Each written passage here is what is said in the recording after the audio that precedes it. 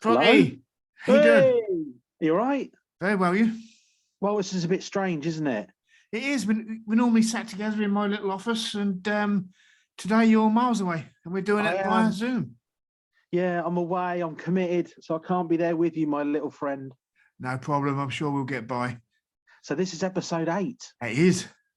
I wonder how we're going to sound, both being on Zoom. Be all right, I think. And apparently, it's easier for you if we do it in one hit. We don't keep stopping for a break because of the technicalities of Zoom. Yeah, we'll just go all the way through. So there'll be no cups of tea this week. There'll be no lies about cups of teas and little incidental musics in between. There'll be none of that. It's just pure 30 to 40 minutes of pure Verso and Prockie. Is it still got to have that blasted harmonica at the end? That bit. I've got the harmonica at work at the moment for a little bit of incidental breaks. Yeah, what you have to do is to bring it around mine, and we'll see if we can do a Verso remix.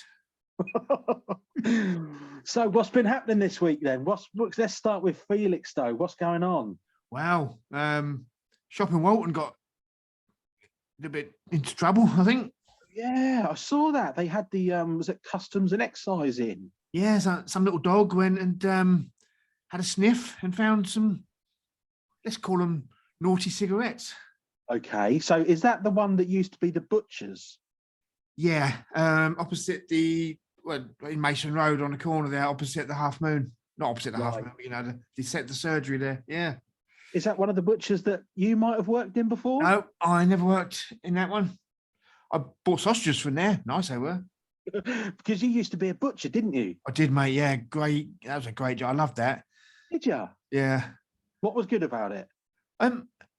It was when I was still young, and I think when going to work, like I done a lot of mine when Safeways was about, and it was more like a social club than going to work. You know, there was all young people there, and so we sort of go drinking with the butchery department, go out with the bakers, butchers, bakers. There's no candlestick makers, but went out with the old green grocery lot and the till girls. We all used to meet in the Owl and Pussycat pub, and it was fantastic. So it wasn't necessarily the art or the trade. It was just what went with it then. Yeah, it was great. I did get into trouble once, no surprise. Some gentleman shopper came, and this just he'd like to call himself the major. Well, I think the most he ever got to in the army was a sergeant, but he was one of these that just, you know. Yeah. And he said to me, Butcher, come here. Oh. You know, like one of them. So I'll go over to him. Yes, sir. Could you tell me the difference between stewing steak and braising steak? I went, yes, 20 pence a pound. Prockie, he wrote a letter. No, he didn't, did he? Yeah, he wrote a letter. Yeah, wrote a letter to my manager. Wanted me suspended. And he said, I don't want to see the young man sacked, but I want him suspended at least for insubordination to customers. And that was a preloaded question, wasn't it? It wasn't about he needed to know. He already knew, and he's probably testing you, wasn't he? Yeah, I know we're child friendly, so children just cover your eyes. He was just being a prick. That's all he was, mate. Yeah. And yeah. But no, I did love the butcher, being the butcher. It was it was just, I was sort of young. I was sort of 19, 20, 21 when I was at Safeways. Before that, I started off at Gateway, where Fine Fair used to be. Gateway. Yeah, that was Wow. good there. And it was the time where we could still lucky enough to walk in and out of jobs before it got to when we just had fun. It was pure fun. It wasn't really a job. It was just like going out with your mates. Yeah. So can you still sharpen knives with some proficiency? And could you get a rabbit and sort it out? Could you get a deer and make that into, you know? It was it's a little bit weird. I never used to look at it as animals. Right. So to me, in my head, we'd get the quarter of the beef, you know, and you wouldn't see it as a cow. You just see it as a lump or something that needs cutting. So in my head, I made it out like a carpenter would have a bit of wood. Okay. And so the carpenter would have this lump of wood, and then he'd do something nice. He'd make a nice bench. Yeah. Okay. I'd get this lump of meat and I'd get some nice steaks out of it, you know. So there was times I was offered to go to slaughterhouses and things like that, but if I'd done that, I'd have to give my job up. I'd it'd be too real then, if you know what I mean. You know, I've done that. I've taken, I think it was 2 sheep in a trailer up the A140 to kind of up near Dis, and you pull up one day and you put the ramps down, you go on, off you go. You give a little tap, and then they run. And then you go back the next afternoon, and the first thing they give you is a plastic bag full of like the organs and stuff. And you're like, what's, oh my God, no. And then they bring out more bags with the kind of the meat for, and you're like, oh, no, this is what I thought. I didn't really know what I was going into, but it's just wrong. It is when, remember Harris's, the pork factory, bacon factory up in Ipswich? No. Yeah, so on one of the sorry if I just cut you down in flames. No, that's fine. Harris's. Some of the listeners will know where Harris's was. That was on a estate in Ipswich. In fact, now you know the loop that you come out of Felixstowe on the train. The loop now goes round to Peterborough. Yeah. That's called Bacon Factory Loop because okay. bang opposite. That's the land where Bacon Factory was. I know where. Yeah. Anyway, I was working there and I got into trouble there. There's a bit of a theme going on. I used to get into trouble. Yeah. But I gave one of the abattoir men a slap. Did you? Yeah, because we was in the canteen and they were all laughing and joking and they're all betting and taking wagers on who could make the pig squeal the most. Oh, no. So I took umbrage to that and I took him to one side and had a word and he just basically told me where to go. So I give him the back of my hand, mate. Did you? Yeah. Yeah, there's no need for that. I mean, with anything you do in any industry, even remotely, you got to have respect, haven't you? You have, yeah. Yeah. Wow. Yes. So the butchers in Walton got busted. Yeah, sorry, we did digress a bit there, didn't we? So it was like 8,000 bags or something, and like just a whole load of tobacco and stuff, wasn't it? Yeah, 7,500 grams of hand-rolled tobacco. 7.5 kilos. Yeah, that's a lot. It's an awful lot. Where do they get it from? How does it get in? And where? So okay, so if there's 7.5 kilos of tobacco and 8,000 cigarettes, there's got be a lot of people that know it's there and using the facility. Yeah. They found it under the till, a concealment under the till, and in one of the bedrooms.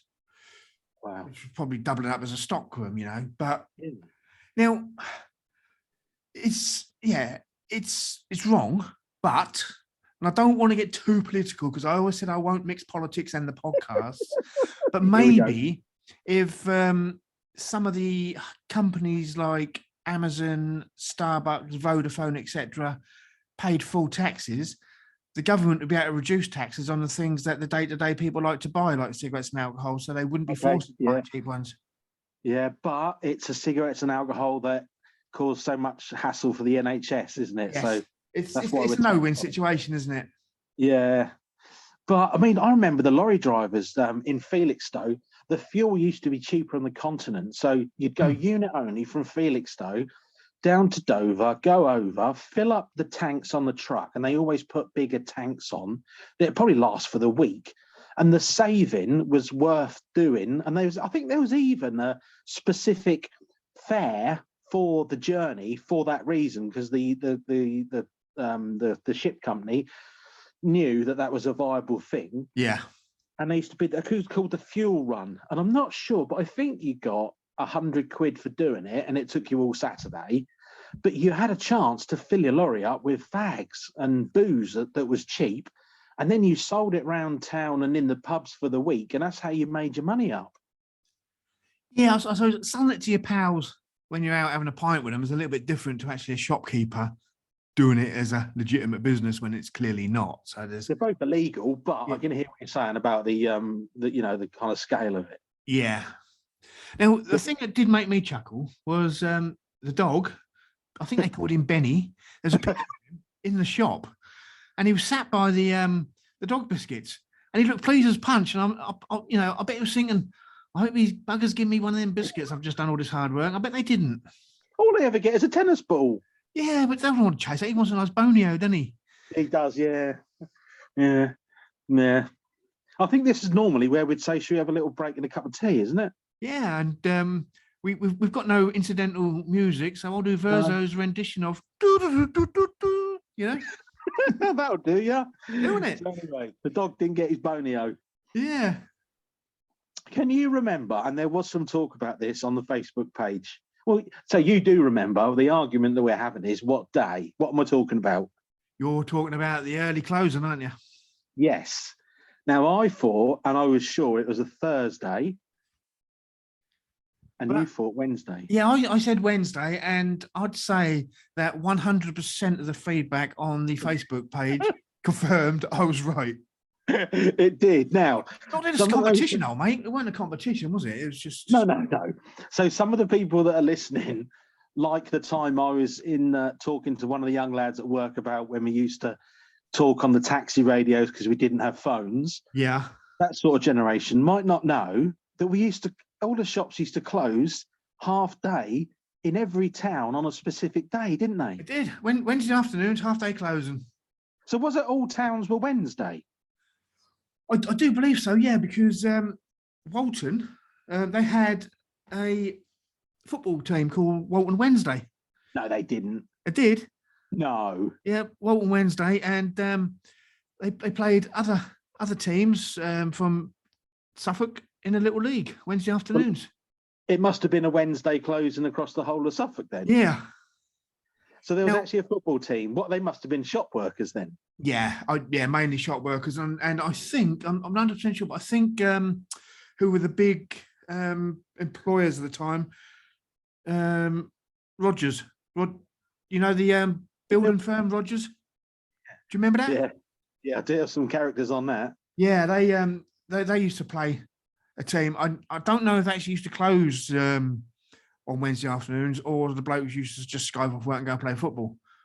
Well, I suppose if they put in enough time, perhaps they did. I mean, there was less pressure then, wasn't there? It was, yeah. My old man, he used to play for he used to work for Rogers as a plasterer, and he used to play for Walton Wednesday. Your dad was a plasterer, was he? And you're not very good with tools. I'm absolutely rubbish with tools. My dad and his two brothers were absolutely brilliant at football. They were superb, and they could do all the building and that. I'm rubbish. Well, that's all right, mate. We don't mind. Good at other things, mate. So have you got any other memories or stories of Rogers the Builders? Only a few that because when my dad died, I done the eulogy, and I went to speak to a few of the old boys who still about that used to work for Rogers, the old Gilder, and funny enough, the Rogers brothers, Kenny Rogers, right. Not Kenny Rogers the singer, but Kenny Rogers from Felixstowe and Steve Rogers. Yeah, they used to say that the Rogers firm in Felixstowe was like Alfreda's own pet, but it'd make you blush with some of the stuff they used to get up to. Yeah, the shenanigans. I mean, because as you say, it was a different world back then, mate, wasn't it? It was a different world. It was. There wasn't so much pressure on you when you're at work. Like now, everything. It's the world we live in. It's all money orientated. Shareholders here, shareholders there. So that's accountable, isn't it? Yeah, still as doing your job, you're bound down to a table of shareholders. In the old days, there was no such thing, was there? It was just a bloke running the business. So can you tell me? And I don't know if you're going to know the answer to this. You know the wholesalers, which is the builders merchants in Walton. Yeah. Now Travis Perkins. What was it called before it was Travis Perkins? East Anglia Builder Supply. That's it. You've got it. I was trying to think the other week and I couldn't remember. East Anglia Builder Supply, yeah, because the office and the shop front was where there's a little row of houses now, isn't there, on the corner? Yeah, it was a yellow and brown sign from memory on the front. Yeah, and there was a fella called Eric. He used to work behind the desk. Right. He was a character. He shouldn't have been working in customer service. You know, he's one of those type. But he was a lovely bloke when he, you know, he was a lovely bloke. But no, he didn't have no customer service skills. I think there was someone in there that was also transgender or changing gender at the time as well, which was quite unknown back then. Yes. So we're talking late 80s. Right, yeah. Probably, Which yes. is very brave. Yeah, very brave because 30 years ago, we lived again. I hark back that we lived in a different world, a less caring world, I think. Yeah, I remember being in there, and I was only young, and like people like would deliberately go, "All right, mate," Yes. you know, to try and like just like, you know, just go away. You know, it's just ridiculous. Yeah, but now through education, we we understand more, don't we? And you know, everything's just as it is. If people, the world's regardless. changing, Jamie, changing for the better. Of course, people are people, mate, regardless. Yeah. And this week I've been trying to work out whether or not and what to put as my email signature as how I refer to myself as my gender. Yeah. That's a tough one. Well, apparently it's not tough. I'm him, his, they, apparently. I'm glad that the years I've got left are less than the years I've already had because I can't cope with all this constant change. As I said, people can be whatever they choose to be, and I fully support you and everything, but some things. Why do we need to be put under pressure to get their identity right? Yeah. There's no need. There's no need for it. If I get it wrong, I get it wrong, and I apologise. I don't mean to offend. I'm just 52. Don't know. Just don't know. Why don't you just put legend? But you said I can't until I'm dead. Oh yeah, but then again, legend used to be pulling a sword from a stone. Now it's just returning with crisps from the bar, isn't it? It is, yeah. Especially if you get more than one flavour. And speaking of flavours, what have you've put something out that Papa John's might be coming to Felixstowe? Yes, another pizza parlour in town. How solid is that? And I don't actually know if Papa John's are any good or not. Are they? Well, I'll tell a little secret here. You know we broke the news about KFC in Felixstowe on our podcast, didn't we? And then one of the Felixstowe news groups printed it a couple of days later. You've stole the idea from one of them. Yeah, I got this news from him, so it's tit for tat, 50-50, job done. Right, okay, we're equals now. But anyway, you know where Pond and Homes used to be, which is the little shop unit right next to the place that does the banging sausage rolls. Yeah, so you've got Poundland, and then you've got a little tiny little shop. Used to be Pond and Homes. That is lined up for Papa John's. Okay, cool. And what about this? What about this conversation about is Papa John's any good? Well, the only time I've ever had Papa John's is when I've been on holiday in a caravan park and had about 14 pints, and then you get a pizza on the way home. You wouldn't know. So I wouldn't know, but they do a nice hot sauce. You can buy that. You can buy the hot sauce in Tesco's, and it's a man's name. It might be Eric. I don't know. Right, Eric's hot sauce maybe, but that's really nice. Found a bottle from Tesco's, job done. And we've been talking about the potential of a Travelodge. So that's us. We're the first one with that, aren't we? No. Unfortunately not. There were, 2 weeks ago we break news before anyone else. We haven't this week. We've just stolen the news this week, mate. Yeah, we're just plagiarising. Yeah. I used to be a plagiarist, but I gave up. So Travelodge, I reckon it's got to go surely where the Routemaster was. Exactly, 100% my choice of place. Yeah. And we're talking about the Routemaster and people's memories of it, and I remember it being a bit of a toll, really, because there was a bar, but there was a lot of diesel being spoken about in there with the lorry drivers. Yeah. And there was a cafe food thing that weren't that good, but there was like offices in there, but there's also little like pods that people had bedrooms in. Yes. You could sort of live there, you could work there, you could do everything there. Yeah. Was there any kind of sordid activities? I don't know, because I was young and naive. Don't forget, I was still naive until I hit my 20s, mate. I was young, shy, and yeah, I kept myself to myself. It was only once I hit the 20s I started becoming a bit of a loudmouth gobshite, you know. Start getting sacked from places. Yeah, yeah. So as for the Routemaster, I only hear the legend. I went in there once to play snooker, and it reminded me of a scene out of the Sweeney. Yeah. Yes. Dodgy dealings going on in the back, and there was some bloke got threatened with a knife on the pool table, and there was no snooker table in there, so I don't know what we done. I had a pint, I think, then went home. You went to you went to play snooker, but there's no snooker table. Yeah. And there was a bit of shenanigans going on at the pool table where one bloke pulled a knife on another bloke. Yeah. And I just had a pint. I can't even remember who I was with. I had a pint, and then we went home. Yeah, that was a very sordid place. There's a lot went on in there. Yeah. I think that was Wednesday lunchtime. Yeah. Wednesday lunchtime. Yeah. Yeah, it was a weird thing. It was like a square shape with a hole in the middle. There was like a courtyard in the middle, and the windows were broken, and yeah, nothing worked. It was just really odd. I don't think they needed to put much effort into it when they knocked it down. No, it just went. Yeah. 1996, I think it finally got knocked down. It was dormant and empty for a long time, weren't it? Yeah, it was bad. So where else could a Travelodge go in Felixstowe then? There was a few suggestions on the Facebook page, wasn't there? I can't remember where they were. Yeah. But isn't there something going where the Crazy Golf is as well? Yeah, didn't they want some apartments to go there, and that got sort of poo-pooed, and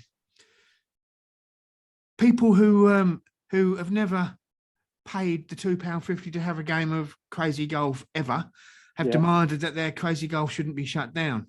Yeah. Where I live in Capel, someone's moaning about the cockerel crowing every morning. Well, don't buy a house around the back of someone who's got a small holding, you know. Yeah, I know you're Cable, and this is like a Felixstowe podcast, but as you mentioned Cable, what's that building now that used to be it's on the sort of A12 bit before you head to Copdock, used to be the Little Chef. What building is it now? What is it now? The little building that used to be a Little Chef. You don't mean the one near the Oil Bridge, do you? No, this is on the A12 on the Capel Road. Oh, what the Pete? Oh, it's don't get me started about that. It's a Turkish food place, isn't it? Oh, is it? Yeah, another one that won't take cash. That'll only take cash on the takeaway, but in the restaurant you can use card. Yeah, it doesn't. I don't like that. So there's something that I saw. I think it was on Twitter that winds you up. Do you know what I'm talking about? Yeah. Go on, Ted. Acronyms. Yeah, go on. What's the matter? Well, why do people have to add words that are already part of the acronym? It does bug me. There's world hunger. We're on the brink of war, and it's adding words to acronyms really gets my goat. Like, are we gonna have a war? Yeah. Do you reckon? I think so. I think it's getting a little bit of unrest over Russia and Ukraine, isn't it, at the moment? Isn't that just to push the energy price up a little bit more? I don't know, but if anyone is feeling like they want to escape from war, listen to our podcasts in a bunker. That'd be brilliant. Yeah, that'd pass the time. So come on then. Anyway, like ATM, right? It's automatic telling machine. So why does someone need to put machine at the end? It's not automatic telling machine, is it? Oh yes, I see what you're saying. ATM is right, okay. Automatic telling machine. They say, what's your PIN number? I ain't got a PIN number. I've got a PIN. I know that one. PIN is personal identification number. So why need a number at the end? Okay, you got any more? Someone the other day actually said that they're going to have KFC chicken. It's already got chicken in it. Did you have to say something? Yeah. I said, why have you said chicken? Well, that's what I'm having. You told me that when you said KFC. No, I never. KFC is the name of the restaurant. No, it's not. It's Kentucky Fried Chicken. Okay. You got any more? Yeah, there's LCD display. Liquid crystal display. Oh, yeah. See, yeah. Yeah. Any And, more? and another one is when people talk about the HIV virus. Right. Oh, human emergency virus. And then they say virus. Yeah. Oh, dear. We don't need that extra word. And Are you going to be right about it? well, do you know what it is? I had to obviously do some research into, because it angers me. And Okay. I've got what's called RAS. Honestly, What's it's that? a real thing. RAS. It's redundant acronym syndrome. Honestly. I think the funniest one is CID, coppers in disguise. Yeah. See that you're not adding anything to it, are you? No, I'm But not. No, you're changing it to funny. Do you know the ambulance service are terrible for using acronyms, and you have to like look them up just to understand a lot of what their basic things are. Yeah.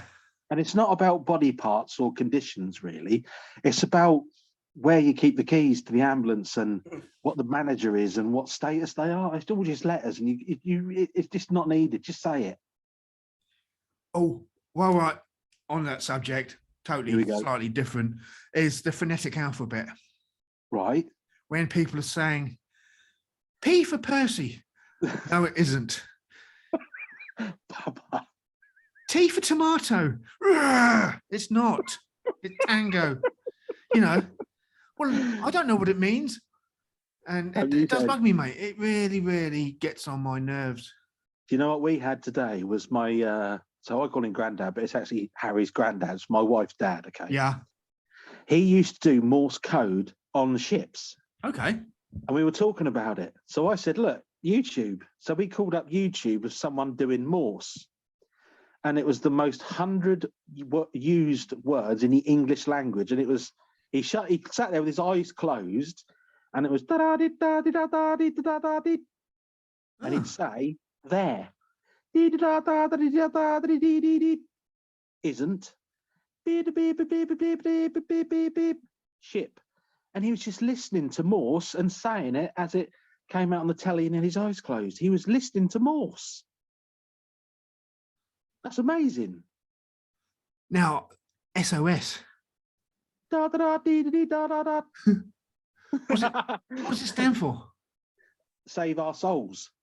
Does it? Yeah. Do you know what May Day is? First Monday in May. It's from the French word "médaille," because they had to have a clear way of understanding if you're in distress over the radio. And some bloke, I can't remember his name, in the 40s or whatever, he was the one that decided that "médaille" was a word unlike others that everybody could understand over the radio, that someone was in distress. Oh. So when you say Mayday, Mayday, Mayday, that means imminent threat to life and danger or something. Oh. And then there's one down from that, which is pan pan, which means you've got to break something and I need help, basically. You like all your There you radio go. stuff, don't you, mate? Now, No, so we've learned, we've been educational, Jamie. We've been educational. You said save our souls. Now, if I'd have guessed, I'd have thought maybe the second S stood for ships, but No, save our souls. That's because there's imminent threat to life. yeah. Save our souls. If you say it quickly, it can sound like something else, but there's no need for that. So, do you know much Morse code, or? I don't know Morse. I know a few identities of the local repeaters. If I heard them, I'd know that was GB3PO that was just tapped out. But I know my phonetic alphabet, obviously, because oh God, I've got my amateur radio license, Jamie. Yes. It's not that sort of revered, is it? No, it's good, mate. Did you know that on the roof of Ipswich Hospital, there is a repeater that if you key into it, it transmits you out over the whole of Suffolk. And there's 3 now. There's 2 on one frequency, 1 on another, and there's a digital one that you can actually key into and speak all around the planet. Oh, don't say that, mate. I'm going to have a go. You can't. You got a license, and you got to have the right keys to get in. But you can speak all around the world from it. all around the world from Trimley. And has anyone let on where the entrance to Trimley Treacle Mines is yet? No, They won't do. Somebody might know. And what's happened to George Biggs? He's just gone, isn't he? He got his mention. He's not Yeah, retweeted. He's not out of order. He did message me the other day and asked me if I'd play a song for him on my Felixstowe radio show. No, he doesn't. If we genuinely, everybody listening, we do really need you. If you want to see this carry on after the first 13 episodes, if you want a series 2, if you could, and if you know how, copy and paste the link and put it out on your own Facebook and Twitter and Insta, please, because that gives us the traction and more listeners to make it more viable. Yeah, the as Prockie says, the more, if you listen to it and you like it, just share it. Just share it. Or if you know, on our YouTube, we've got the YouTube channel, press like. If you subscribe as well on, if you listen to it on Spotify or any other podcast, just like it, or if you can put some comments in. I said the more we get, the more people share it.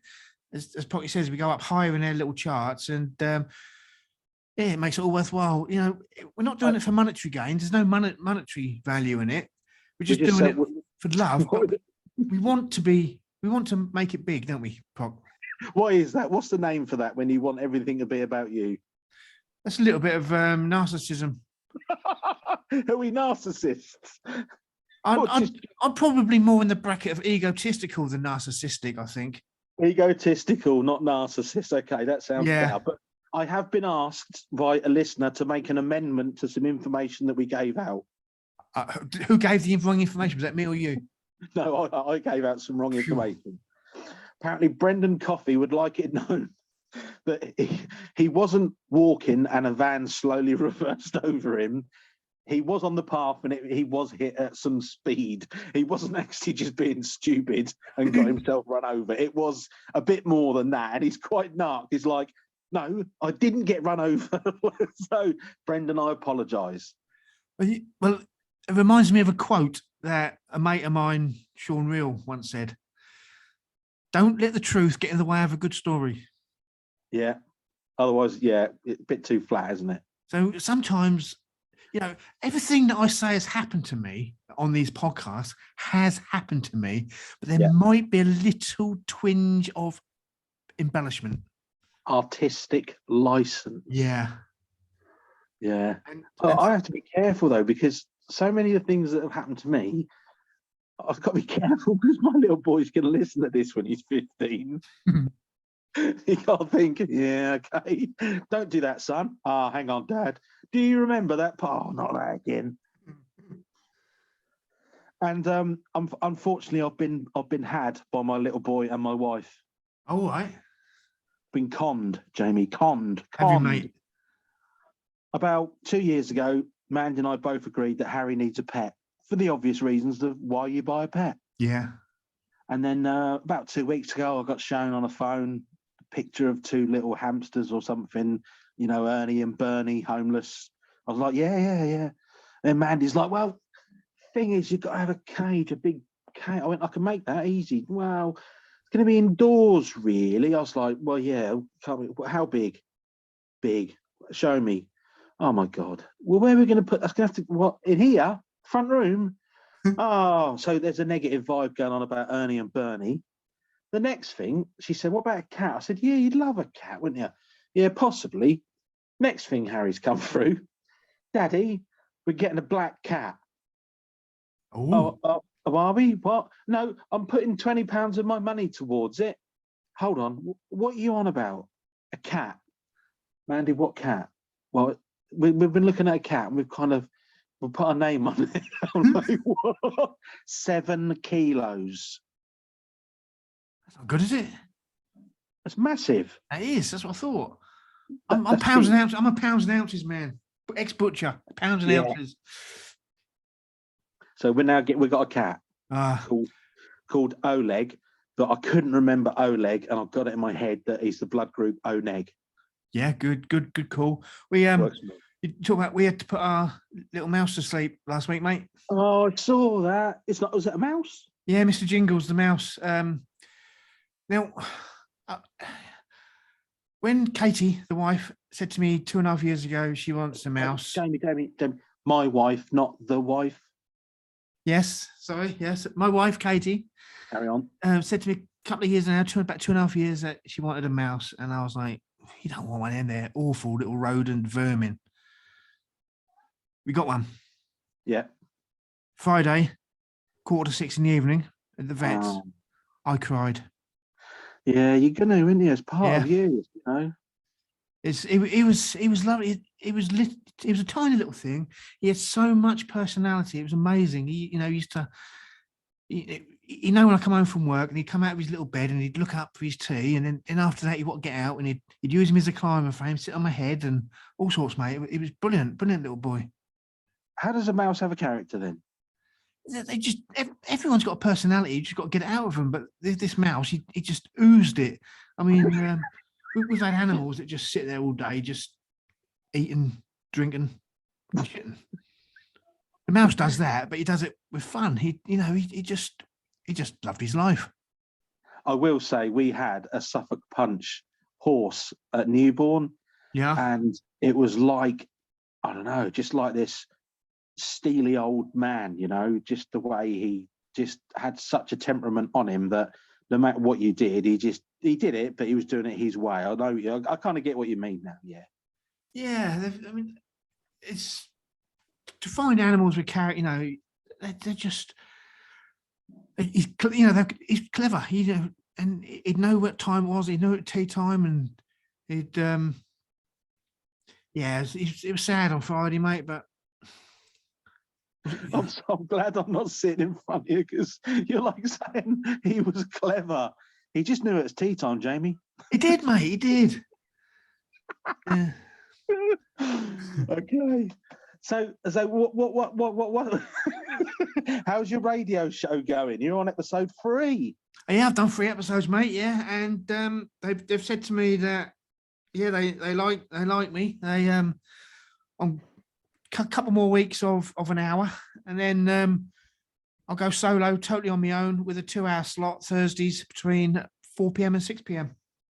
But I've got to say, can you put a little bit more effort, please, into the travel report? I know you don't drive, but it's literally, you just monotone for the traffic report. Everything else is fine, but you couldn't give a shit, could you? To be honest, no. I could tell. And that's wrong, really, because I'm on the drive time. I'm like Simon Mayo on the drive time, but I don't care about the drive bit. I'm on the drive time, but I don't give a shit. Everybody's depending on your son. You know what it's like.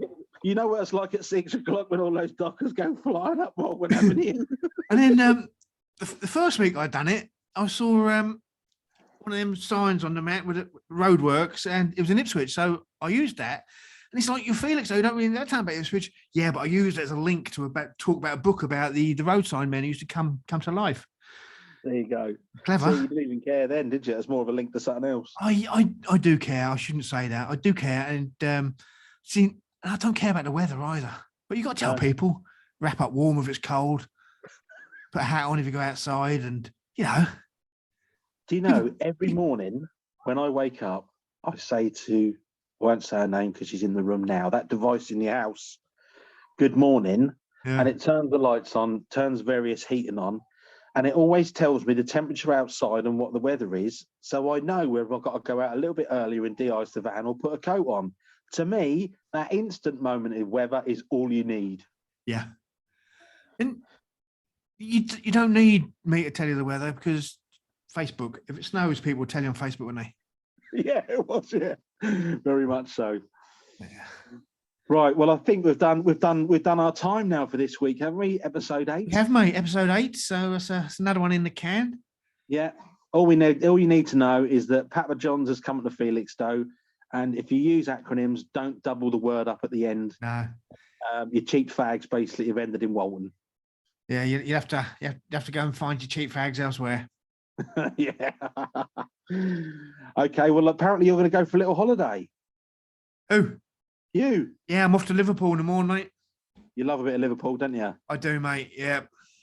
can I ask you a question? You are quite a modern man in that you don't have a car, but you still survive. And I think that everybody has to have a car, like many people do. Yeah. You haven't got one, have you? No, You don't need one then. not allowed one. Well, no, oh, because of your eye. Yeah, because I'll either be on the pavement or in the middle of the road. That's no good to no one, is it? Not really, no.